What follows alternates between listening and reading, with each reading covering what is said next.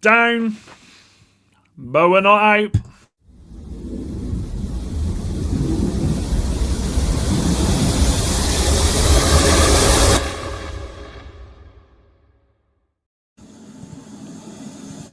That was going on there. Good evening, everybody. I wasn't going to do one tonight, but Mrs. Robinson's asleep downstairs. So, do you know, I thought let's get talking. Let's get talking about last night. First and foremost, what I want to say is this: we didn't deserve to get anything from last night. Like, last night was smash and grab of the highest order. I still can't believe we got a point. The goal from Sesko, I don't think anybody actually gives that enough credit. The cross was shite from Mbuemo, but the toe that Sesko gets on there was phenomenal. I wasn't too happy with Carrick giving West Ham all of the credit and, you know, I hope they stay up. No, you're United manager. You're not them, but I'm not angry at Carrick. What I will say is this. Look, we are down, but we're not out. We knew these performances were going to come. We knew they were going to come, and we knew that they were going to hurt.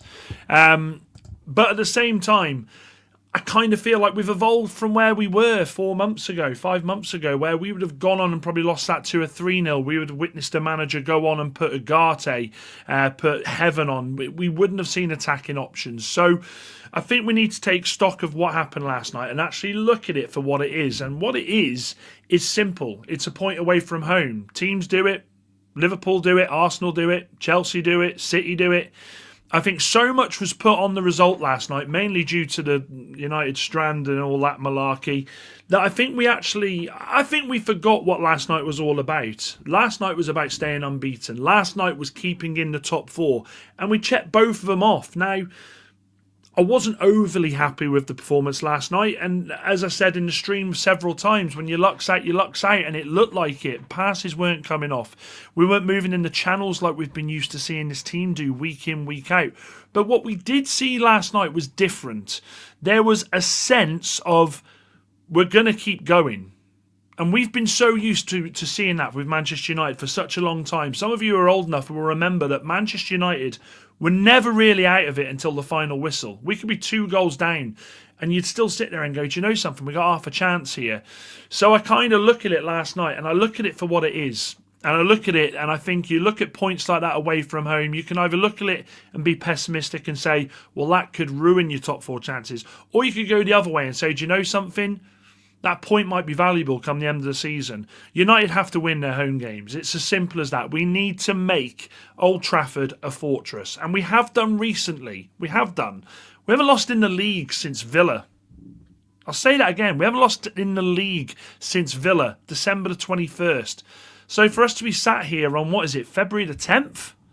Is it February the 10th? February 11th. And say that we still are yet to taste defeat in the league is something special. I think Carrick would have learned a lot more last night. I think the takeaway that I've got from it is simple. We want Champions League football. We want European football. Last night proved that we can't play 2 games in a week. We can't. Not with this current crop of players. Other teams will strengthen their players, move people about, rotate people about. Last night when you looked on the bench, Sesko, yes. You'd say he was the one that would come on and do something. Xerxes come on and add a cameo. But other than that, I'm looking at that bench and I'm not going, oh my God, we've got options here that can go out there and really, really penetrate this West Ham side. And credit to West Ham, by the way, because I thought they played fantastically last night. And if I was a West Ham fan, I would be absolutely devastated this morning. But I just don't want us to lose sight of what is in at the end of the finishing line here for Manchester United. That is Champions League football. That ultimately is what we want. And you know something? By hook or by crook, we will get that. I don't change my mind from last night when I said that we would get Champions League football this season. Chelsea drawing helped us massively. But I genuinely look at it and go, Champions League football for Manchester United, it has to, doesn't it? We don't have any other football to play this season. We have 12 cup finals. It was 13, now it's 12 cup finals left to play. And Manchester United have to go away after that game. They have to lick their wounds, not feel sorry for themselves, take pride in the fact that they went until the end and that they got that last-minute equaliser and then move forward with it. Like I said, I do look at Carrick and Holland, and I think there are a couple of blokes there that will look and go, we needed to change things up earlier, and I think they did need to change things earlier.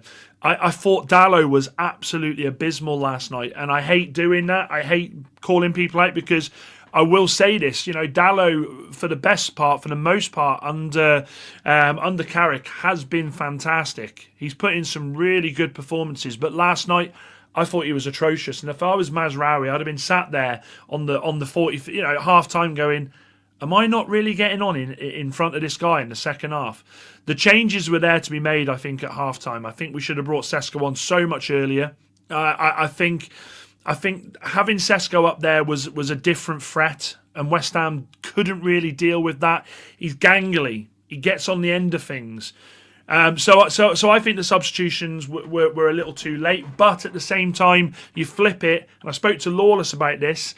West Ham made too many substitutions, and it disrupted the rhythm in their play. So it's tomato. Let me go through some of the comments here. Evening, chappy. Hope you're well. Ben says, evening. Good to see you, mate. Steve-O, evening. Hope you're well. Steve-O then says, we're fans. There's always a bit of a bad taste when we lose or draw. Absolutely. But we got to pick ourselves up. And there's something I want to say about rival fans, actually, in regards to this. Evening, Wahaha. Hope you're well. Ben says Carrick will say that as West Ham is in his heart, that could very well be his next job, potentially. Potentially, look, we don't know, do we? It's a long old way to go. Chappie, absolutely right. I think we do lack strength in depth. It showed last night. We weren't able to make the changes really to impact, but the changes were there to be made. I thought Cunha coming off for Diallo, for Ahmad, was a joke. That was the massive difference. Having Dorgu fit meant we could have Cunha coming off the bench to change the game. Make no mistake about it, we absolutely miss Dorgu at the moment. That just raw running, penetrating defences. He just runs at them. He's got so much pace. He's getting stronger. He was in form. We miss him. We do miss him. Dallo or Diallo, I mean, you could use both there, couldn't you? They were on par for me, both dreadful. And Moxie says, evening, Dan, we just looked a bit flat as a whole for some reason. And this is the thing. From the 5th minute on, I sat there and I said, if you watch it back, I said to Kev, there's something not right tonight. There's something not right. We're not doing what we usually do. The confidence isn't there. We're not getting the passes off. Kobe Mainu was dropping far too deep for my liking to try and pick the ball up. I thought there was only a couple of players that come away from last night with any sense of, I don't know, recognition. One would have to be Casemiro. I thought Casemiro absolutely battled to the end. And I think the other one for me would be Martinez. I thought Martinez was so strong. And I thought Martinez, you could say he was at fault for the goal. But what he did do, which was different, was every time he picked that ball up, he was like, lads, where are we? Lads, move. Give me something. Move. He was constantly trying to get the lads up the pitch. The thing with Martinez that I'm learning, that we're seeing now he's playing so much more in this formation, is he is a ball-playing defender. His first thought is picking that ball up in defence, moving forward and trying to split the lines. We know he's got a ping on him. We know we can ping it forward. But last night, there were so many times where he picked the ball up and he'd go, what am I doing with this? What am I doing? No one was moving. They were too slow. I just think they were tired. I think they looked knackered. And could you say that that's an excuse when we're playing one game a week? This was the first time we really had to really put, other than Christmas, a couple of games out in a few days. I don't know. Maybe I'm miserable about that. Maybe I'm miserable. Flat because we're not conditioned for playing this soon after the game. I agree with that. Wahaha. Absolutely do. Now, what I wanted to talk about was, this is the bit I love about rival fans. This is the bit that makes me happy. This was the bit that I must admit I was chuckling to myself today. And it was how rival fans come for Manchester United. And look, the biggest compliment you can ever be paid as a Manchester United fan is when you've got rival fans coming for you, saying, United are shit. They dropped points against West Ham. It's horrendous. It's this. Get back in your cave. The title run. I keep hearing rival fans saying the title run's over. We were never in a title run, and I'm sick to death of this narrative. I'm sick to death of rival fans having this narrative just because a couple of morons go on Twitter and say, hang on a minute, if Arsenal lose this, if City do this, then we could potentially... We were never in a title run, guys. We were never in it. We just need to concentrate on Manchester United. That has been the job that Manchester United have to do ever since Carrick took over. One game at a time. That is all we need. We went out of the cup to Grimsby. We went out of the cup to Brighton. We had 2 other opportunities to get into Europe. Our main one is Champions League. This is our moment now. 12 massive games. Massive games. United, good to see you, mate. He says, good evening, everyone. Before all that was the worst 90 minutes of my life. I agree with Wahaha. I thought the Europa League final was fucking awful. Everton game, Wolves game, or the Grimsby game. Ben says, as a one-off game, it was a disappointment, but you look at the bigger picture, 13 points from the last 5 would have snapped your hand off for that, especially with City and Arsenal in those 5. And Ben makes a great point there. That is what we need to focus on. Let me bring it up a second. Let me bring up... I don't know why it does this, man.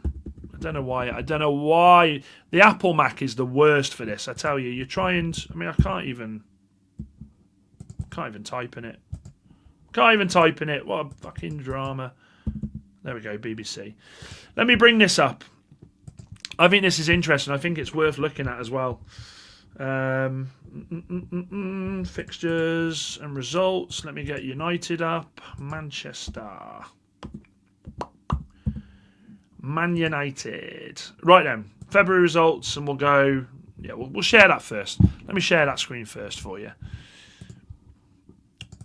Right, so this is the February results as it stands, okay? And we're going to go back in time.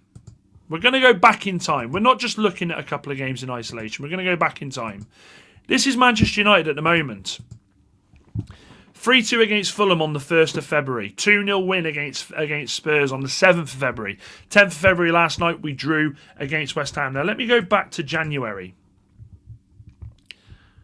Take away the Brighton result. Look at that. Leeds 1-1, Burnley 2-2. 2-0 against City.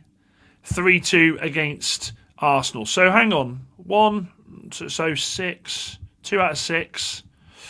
5 out of 9. 8 out of 12. 8 out of 12. Hang on a minute. Stick with me on this. 8 out of 12. 11 out of 4. 11 out of 15. 11 out of 15. 14 out of 19. 15 out of 20. So 15 points out of 20 games. That is great form. That is the type of form that is going to get you Champions League football. Never forget that. Don't let anybody try and twist it for you. United are one of the most informed teams in the Premier League. Look at it. Look at that there. Draw, win, win, win, win, draw. It's perfect. Chelsea, lost, win, win, win, win, draw. Even Arsenal have lost in that run. City have lost in that run. Villa have lost twice in that run. We are the most informed team in the country at the moment. So I don't sit here and get angry about last night. And I want you all to remember what I just said at the start of the video. Down, but not out. This isn't a catastrophe. This isn't a moment where we go, uh-oh, the wheels are well and truly fallen off. This is a moment where the Manchester United players take stock. Maybe they're tired. Maybe it's just a fact that West Ham set up just that good. Nuno, by the way, always has a knack of getting results against Manchester United. I don't know how he does it. United says, people talk and calm themselves with the fact like, 5 games unbeaten, don't worry. No, it's not okay, lads. Fucking West Ham 18th place. What are people even celebrating a draw?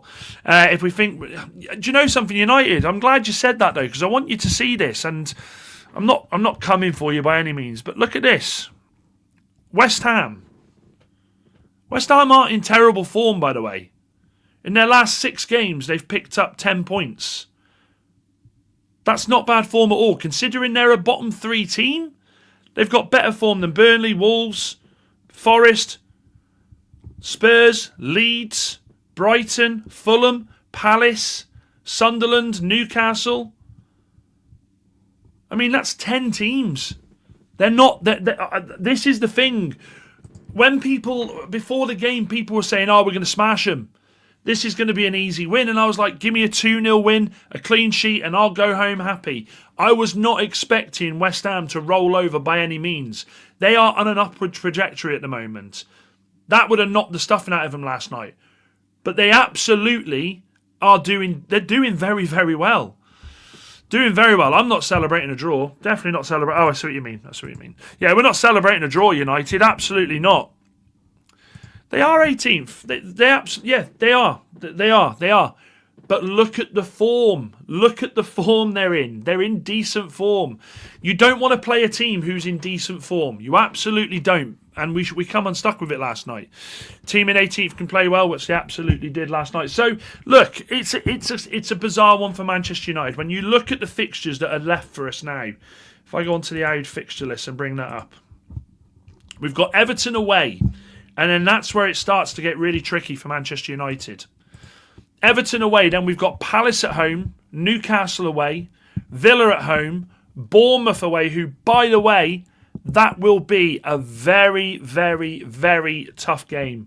Bournemouth are a great side, regardless of the fact that they've lost more players. And then we go into April.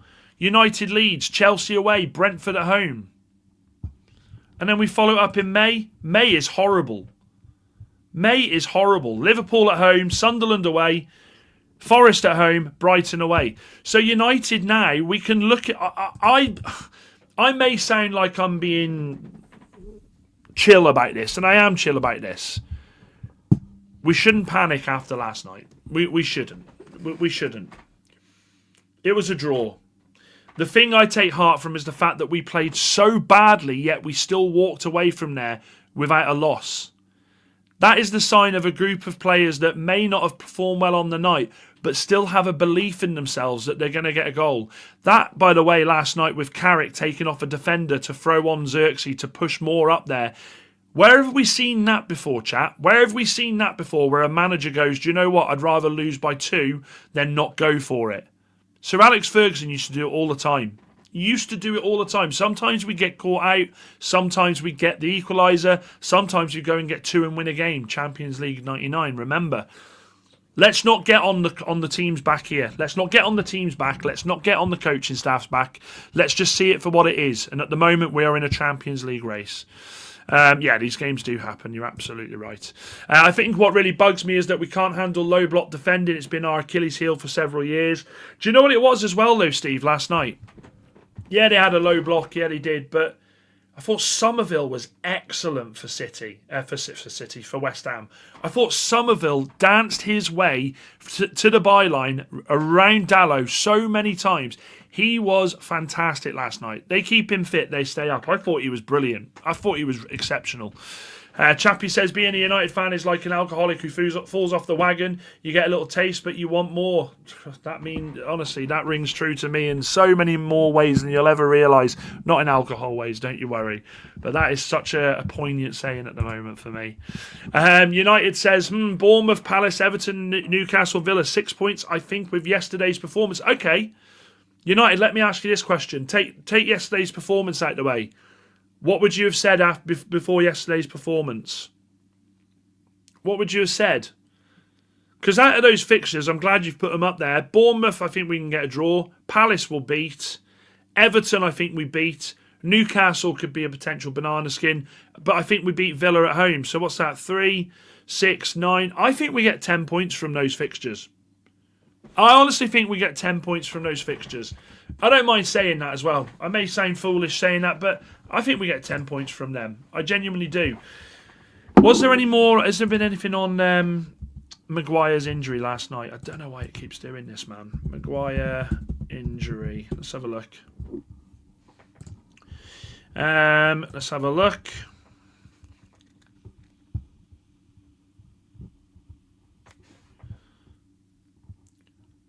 Okay, no, Maguire's fine. Maguire's fine. He's fine. Delete. And apparently Delete could be back as well for the Everton game. So that's buzzing. Do you know who I wish was on the bench last night who I thought would have changed the game for us? I can't get away from wondering if we'd have had a Shea Lacey coming off the bench last night. Shea Lacey, I think if he can get some games under his belt before the end of the season and then go into a pre-season with the first team, I think you then start to see something interesting between him and Dalot on that right-hand side. I think there's a good, healthy bit of competition there. Because at the moment, Ahmad is literally first pick. He's first pick. Like for the Everton game, if I'm being honest with you, I would like to see Sesko up top, Brian on the right and Cunha on the left. I'd be more than happy to drop Ahmad for the next game. I thought Ahmad was bad last night. I thought Ahmad looked like a player who knew that he wasn't getting dropped at any moment. And having a player on the bench that can come on and do something, in a position, I think it makes your team a bit better on the pitch. Instead of thinking, well, Xerxes not going to take the right. Who else is there? Agate's not coming on for me. I'm chilling here. I'm sound. I would say all wins, bro, but away games are not. No, and away games are a struggle for Manchester United and have been for a while. I agree with that. If teams park the bus like Everton, can we do anything? We had so much possession and only a few attempts on goal. What was the possession stats last night? Thank you for reminding me, Steve. I wanted to check that out. What were the possession stats last night? What were the stats in general?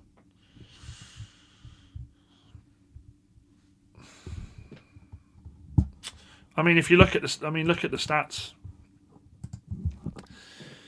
65% possession, but this was the tail of the game, wasn't it? We couldn't get ourselves into position for having shots. I mean, we've been used to seeing United having 15, 20 shots a game. We've been used to seeing United. I mean, opposition touches in the box 22, and we couldn't do anything with it, man.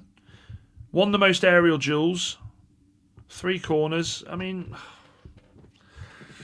yeah, it wasn't great last night, was it? It wasn't great, but again, heed what I'm saying here. We didn't come away from that performance last night with a loss. Let that sink in. Manchester United of old, a few seasons ago, a few months ago, I think we lose that game. And do you know something? I do want to say Lenny Yoro. Lenny Yoro come on last night and did 2 bits of fantastic defending. He did the one to put off Wilson, and he blocked before we went up the other end and scored the goal. I thought it was a good cameo from him last night. At the moment, the likes of Yoro and Heaven, I fear, when De Ligt comes back, they're going to be pushed to the back a bit. They are, because there's not enough football to play these young lads. But remember, they are young lads. Wahaha says Lacey should have definitely come on for Ahmad last night. Yeah, I agree. Look, I wanted to see Lacey on the bench. I was a bit surprised he wasn't on there. I think that's the sort of game that you bring Lacey on. Now, some would argue that Diouf, and by the way, Diouf had a fantastic game last night. He genuinely did. I really like Diouf for West Ham. West Ham have got two fullbacks that would fit into United's first team beautifully. They got Wan-Bissaka who played for us for so many years, and we binned off because Ten Hag thought Dalot was better. And they've got Diouf, who I watched Diouf in pre-season when we played him, and I thought, boy, they've got a talent here. He's decent, man. He's decent. And yes, make sure to hit those likes and subscribe if you are new to the channel. But yes, that's all I wanted to come on and do tonight. Just a nice little one. What's the? Let's have a look at the fixtures. Let's have a look at the scores. Sorry. Obviously, Thomas Frank got sacked today as well. I can't believe that he lasted that long, to be honest. Palace are beating. Oh God. Palace are beating Burnley 2-1. City are 3-0 up against Fulham. Nottingham Forest 0-0 and Sunderland are 0-0. Let me go to Liverpool. Oh, hang on, something's happened. Scores. No, it's only 10 minutes in. Could really do with Sunderland doing us a massive solid tonight. Let me look at that table again. Let me bring that table up. Let me share it. Let me share it up. Sunderland are, what are they, 10th? If they can get a draw tonight, that would do us a massive favour. Liverpool get a win, they go 2 points behind us. We don't want that. Who have Liverpool got in the league after this? Forest away. Ugh. West Ham at home. Liverpool have got a decent run coming up, you know. Fucking hell. Liverpool have got a hell of a nice run coming up. Jesus Christ. Burnley 2-2, by the way. Bit of fight from Burnley. That's what we want to see. Bit of fight from Burnley. Sunderland versus Liverpool was a later kick-off. Only 10 minutes gone. Fair enough. Fair enough. Right then. Well, I'm going to go down and finish Mrs. Robinson's tea. She was asleep on the sofa, so I thought, ooh, I'll get a cheeky 20 minutes, 25 minutes with my favourite people. Thanks for stopping by, guys and girls. We will see you very soon. Let's see what this week brings. The main thing is we're not doing a warm weather training. We're not going to Saudi or bloody Dubai to play any stupid, needless friendlies. Carrick is getting the boys on the pitch doing what he wants to do best, which is get them where they need to be. So let's see what happens. I'll catch you all shortly. You take care of yourselves. Dan United, Uta!